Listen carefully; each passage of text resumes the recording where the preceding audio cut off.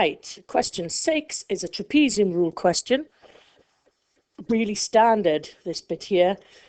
Part A, copy and complete the table. So you would copy it into your answer book, given the answer of y to 2 decimal places. So it gives you all the x coordinates, and you have to substitute these two x's into the function to get y, and it wants it to 2 decimal places.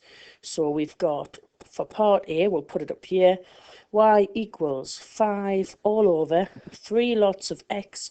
Well, our first value of x is 2.5 squared minus 2. Type that all in, and I think it's 0.29 blah blah blah blah blah. That rounds up to 0.30 to 2 decimal places. Same with this one. Replace the x with 2.75. So we get 5 over 3 lots of 2.75 all squared minus 2. And that gives us 0.241, blah, blah, blah, blah, blah. So 0.24 to 2 decimal places. That's 2 marks there. Now we have to use the trapezium rule with all the values of y from our table to find an approximate value for this.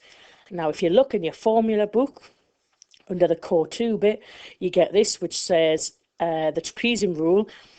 It's integrating y with respect to x, this is y here, is approximately equal to this thing here. So we're just going to work this out. You have to understand what the bits are, but you don't have to remember it because it's given.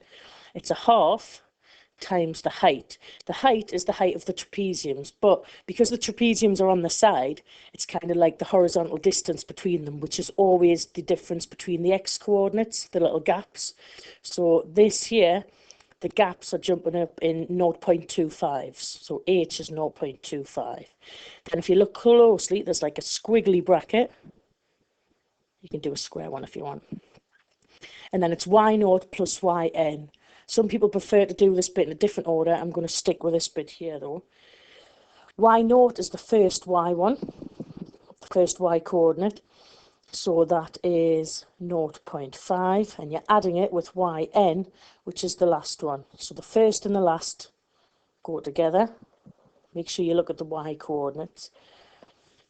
And then you're adding 2 lots of everything else. The reason why is because every other bit of the trapezium gets used twice. It's kind of the length gets used for 2 trapeziums. You don't really need to know that, as long as you know that all this is everything in between. So y1 plus y2, so all the other bits, that's 0.38 plus 0.30 plus 0.24.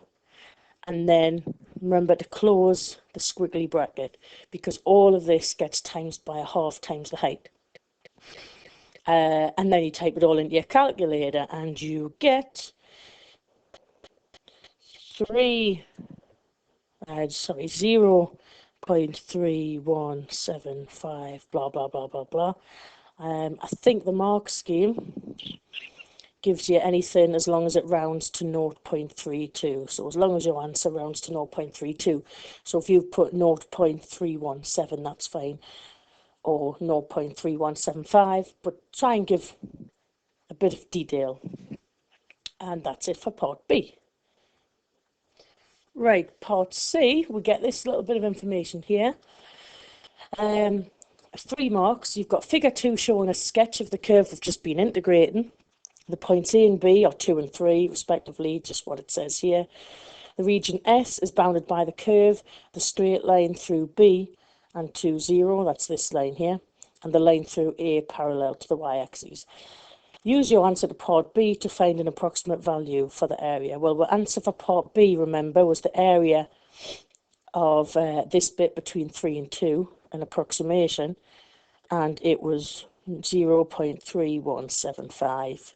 You could use 0.32 if you'd like, but I'm going to use this, it's a bit more detailed.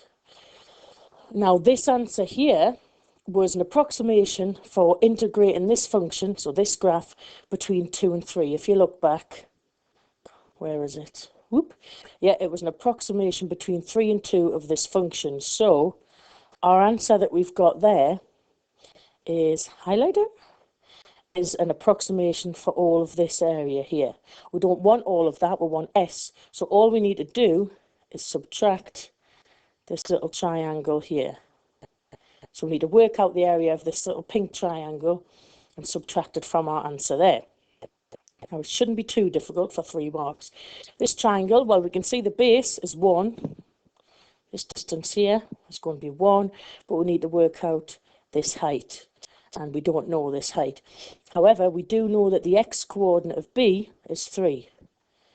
So if we can substitute 3 into the function of this graph, which we have here, if we substitute 3 in, it'll tell us the y-coordinate, which means it'll tell us the height. So I'm going to substitute that into here. So y equals 5 over 3 lots of 3 squared minus 2. That's 5 over 3 squared is 9 times 3 is 27. Take away 2 is 25. 5 over 25, which is the same as a fifth, which is 0.2. So this value here is 0.2. So now we know the height of the triangle. So triangle equals a half base times height. So a half times 1 times 0.2. That's 0.5 times 0.2. You can use a calculator if you want, which is just 0.1.